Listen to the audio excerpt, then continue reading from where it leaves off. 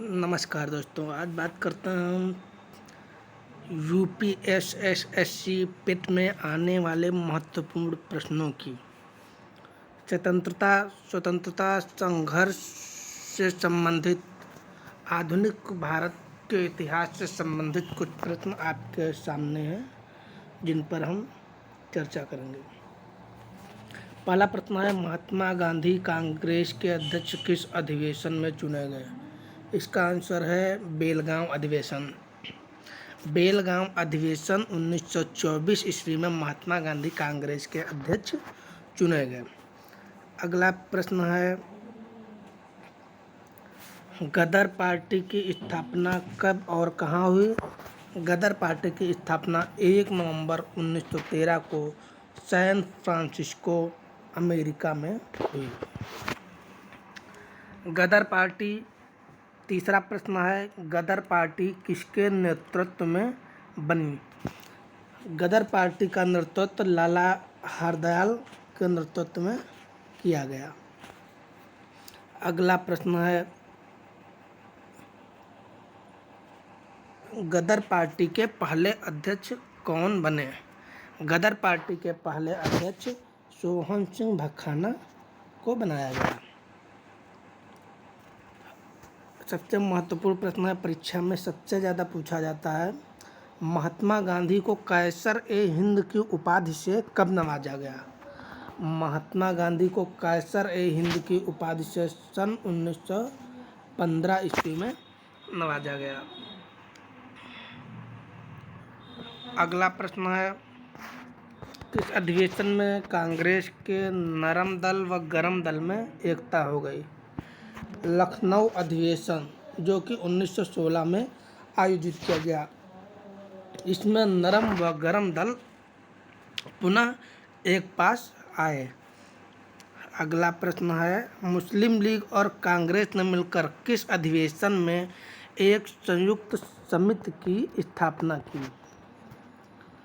मुस्लिम league और कांग्रेस ने मिलकर किस अधिवेशन में एक संयुक्त समिति की स्थापना की? तो इसका सही जवाब है लखनऊ अधिवेशन। सुशासन के लिए बाल गंगाधर तिलक ने किस संस्था की स्थापना की? Home rule league. 1916 ईस्वी में पूना में होम रूल लीग की स्थापना की थी। एनी बेसेंट ने होम रूल लीग की स्थापना कब और कहाँ की? एनी बेसेंट ने होम रूल लीग की स्थापना सितंबर 1916 ईस्वी में मद्रास में की थी।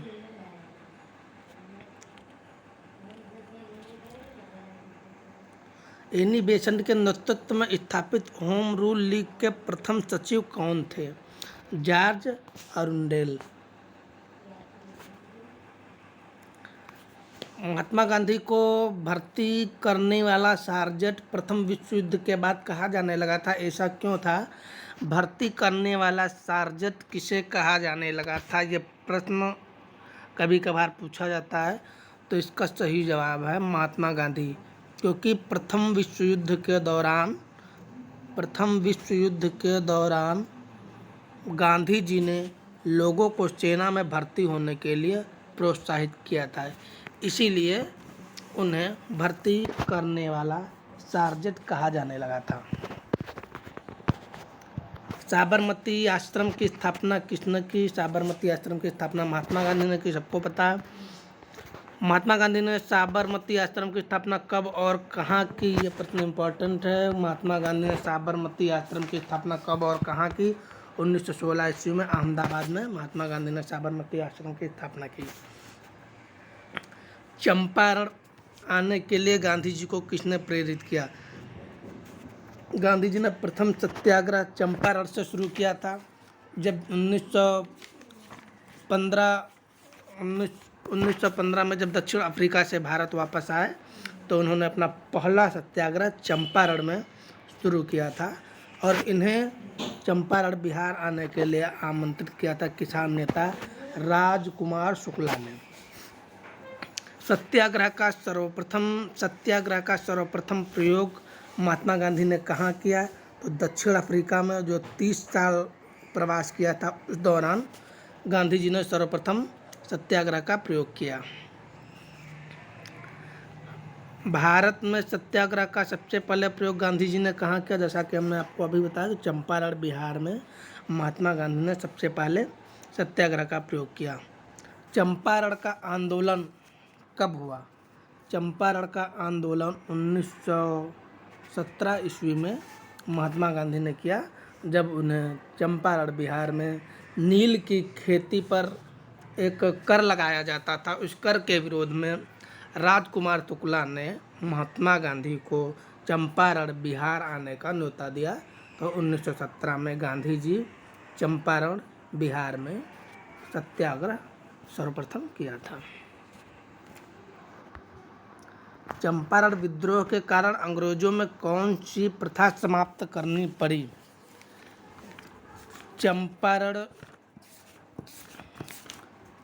चंपारण विद्रोह के कारण अंग्रेजों को 3 कठिया प्रथा समाप्त करनी पड़ी, जिसमें 2/3 जो नील की खेती करते थे उन किसानों को एक कर देना पड़ता था।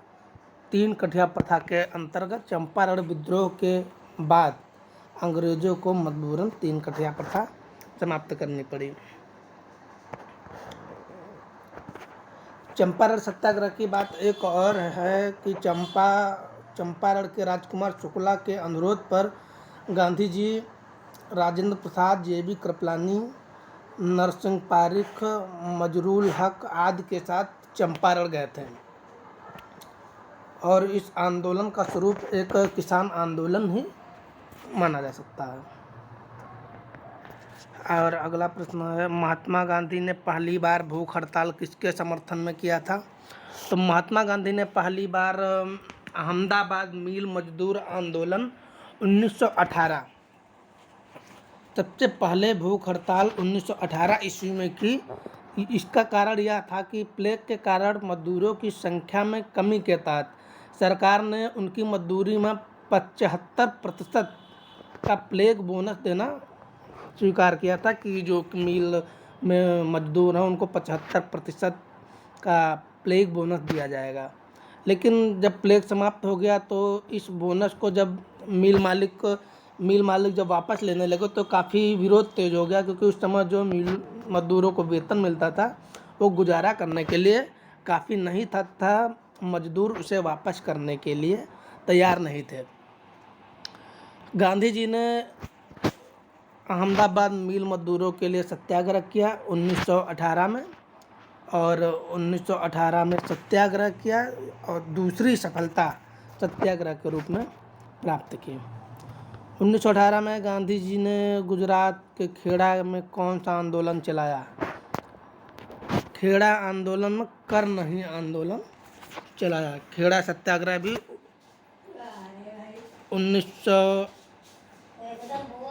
1918 में खेड़ा सत्याग्रह गुजरात ज़िले में शुरू हुआ था, जब पूरी फसल बर्बाद हो गई थी। उसके बाद भी कर से निजात अंग्रेज़ों ने नहीं दी थी तथा किसानों के जानवर, मवेशी व ज़मीन को जब्त करने का काम करने लगे थे।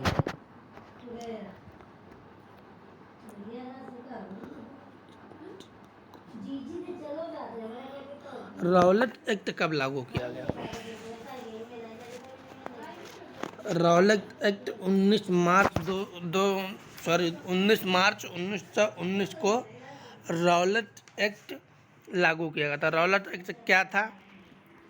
रॉलेट एक्ट एक ऐसा कानून था जिसके अंतर्गत किसी भी संदेहास्पद व्यक्ति को बिना मुकदमा चलाए गिरफ्तार किया जा सकता था। उसके खिलाफ न तो कोई अपील, न तो कोई दलील और न ही कोई वकील किया जा सकता था। कांग्रेस ने और गांधी जी ने राजनीतिक सुधारों की आशा से प्रथम विश्व युद्ध में अंग्रेजों को सहयोग दिया था कि युद्ध की समाप्ति के बाद भारत देश को आज़ाद कर दिया जाएगा। लेकिन अंग्रेजों ने अपना वादा पूरा नहीं किया और रॉलेट एक्ट 1919 में लाए। 1918 में एक रिपोर्ट प्रस्तुत की गई जिसे रॉलेट एक्ट के नाम से जाना जाता है। रॉलेट एक्ट के विरोध में देश के विभिन्न इलाकों में सत्याग्रह सभाएं भी स्थापित हुई थी। अगला प्रश्न है कि गांधी जी ने रॉलेट एक्ट के विरोध में देशव्यापी हड़ताल कब शुरू की? तो 6 अप्रैल 1919 को। सबसे महत्वपूर्ण प्रश्न और सबसे सरल प्रश्न और इतिहास की सबसे महत्वपूर्ण घटना भी कही जा सकती है कि जलियांवाला बाग हत्याकांड कब हुआ? जलियांवाला बाग हत्याकांड 13 अप्रैल 1919 ईस्वी में हुआ। रॉलेट एक्ट के विरोध में पंजाब में उग्र प्रदर्शन हो रहा था तथा एक सभा 13 अप्रैल 1919 को आयोजित की गई, जिसमें जनरल डायर ने गोली चलाई थी। इसमें लगभग 379 व्यक्ति मारे गए थे, 1200 व्यक्ति घायल हुए थे। भारतीय इतिहास भारत को स्वतंत्रता दिलाने में अगर सबसे ज़्यादा आक्रोश उत्पन्न हुआ था तो जलियांवाला बाग हत्याकांड के बाद से ही स्वाधीनता संग्राम में लोगों की रुचि बढ़ गई थी। जलियांवाला बाग हत्याकांड कहाँ हुआ था? तो सबको पता है, अमृतसर में हुआ था।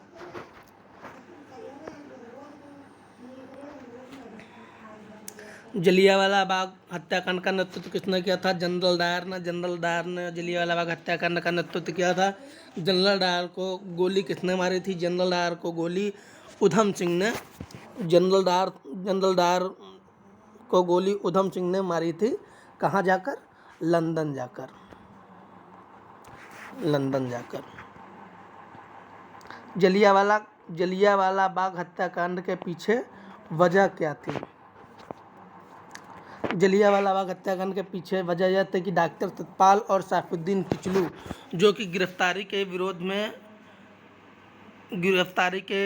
में जिनके मतलब डॉक्टर सतपाल और सैफुद्दीन किचलू की गिरफ्तारी के विरोध में एक सभा आयोजित की जा रही थी जलियांवाला बाग नामक जगह पर, जहां पर जनरल डायर द्वारा अंधाधुंध गोली चला दी गई थी।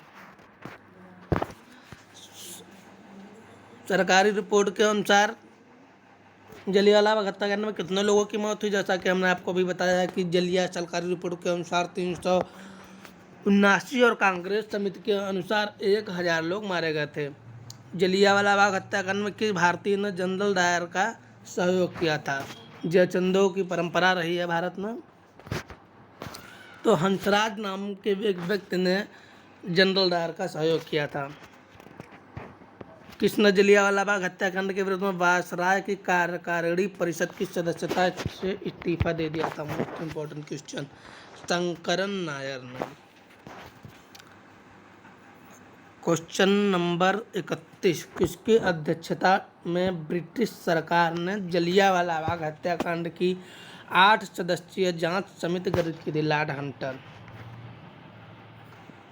लॉर्ड हंटर की अध्यक्षता में 8 सदस्यीय जांच समिति गठित की गई थी, परंतु हंटर कमेटी की रिपोर्ट से केवल भारत के लोगों को निराशा ही हाथ लगी थी, क्योंकि लॉर्ड हंटर ने क्लीन चिट दे दी थी जनरल डायर को, और जनरल डायर को ब्रिटिश संसद में ब्रिटिश साम्राज्य का शेर बताकर उसे सम्मानित किया गया था, जिससे भारतीयों में आक्रोश की भावना पनपी तथा महात्मा गांधी को भी इस कमेटी की पक्षपातपूर्ण रिपोर्ट से बहुत गहरा धक्का लगा और उन्होंने अंग्रेजों की दमनकारी नीति का विरोध करना काफ़ी बड़े स्तर से शुरू कर दिया था।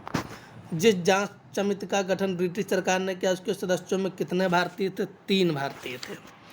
हंटर कमेटी में 3 भारतीय थे।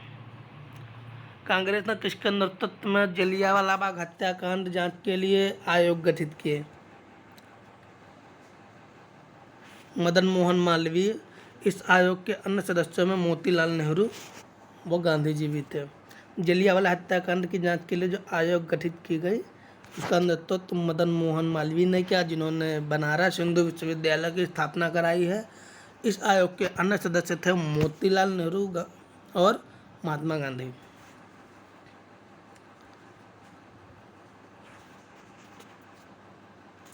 जलियांवाला बाग किस वक्त की संपत्ति? जल्ली नाम के व्यक्ति की। खिलाफत आंदोलन किसके खिलाफ शुरू किया गया? मित्र राष्ट्रों के खिलाफ, विशेषकर ब्रिटेन के खिलाफ। खिलाफत आंदोलन का हिंदू मुस्लिम एकता को माध्यम बनाया गया था, लेकिन खिलाफत आंदोलन क्या था, इसका क्या कारण था? खिलाफत आंदोलन का कारण प्रत्यक्षतः भारत से जुड़ा नहीं था, बल्कि इसकी पृष्ठभूमि प्रथम विश्व युद्ध के बाद ब्रिटेन व तुर्की के संबंधों के आधार पर निर्मित हुई थी। तुर्की ने इस युद्ध में मित्र राष्ट्रों के विरुद्ध युद्ध में भाग लिया था।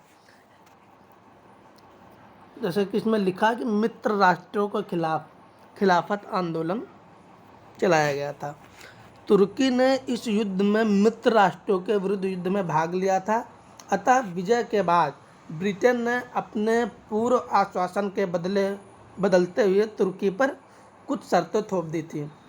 तुर्की के खलीफा को मुस्लिम समाज धार्मिक प्रधान के रूप में स्वीकार करता था। अतः समस्त मुस्लिम समाज में इस कार्यवाही के विरुद्ध प्रतिक्रिया हुई और भारत में इस प्रतिक्रिया ने खिलाफत आंदोलन का रूप धारण कर लिया। इस आंदोलनकर्ता के नेतृत्व हाँ, ये इम्पोर्टेंट है कि खिलाफत आंदोलन का नेतृत्व किसने किया था?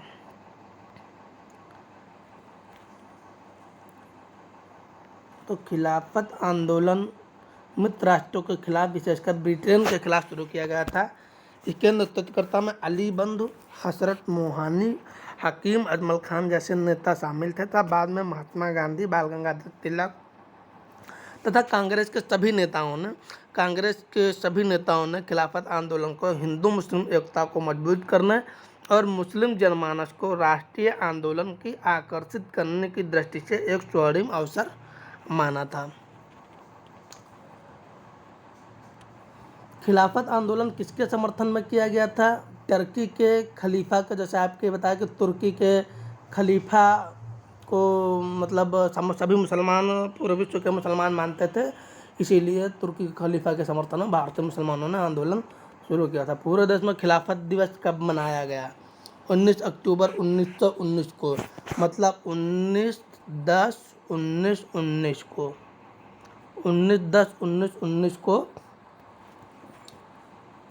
19/10/1919 को मनाया गया। हिंदू और मुसलमानों की संयुक्त कॉन्फ्रेंस की अध्यक्षता महात्मा गांधी ने कब की? 23 नवंबर 1919 को हिंदू और मुसलमानों की संयुक्त प्रेस कॉन्फ्रेंस की अध्यक्षता महात्मा गांधी ने की थी। असहयोग आंदोलन सबसे इम्पोर्टेंट है कि असहयोग आंदोलन कब शुरू हुआ?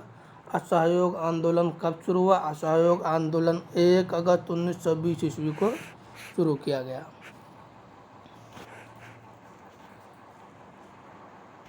Thank you.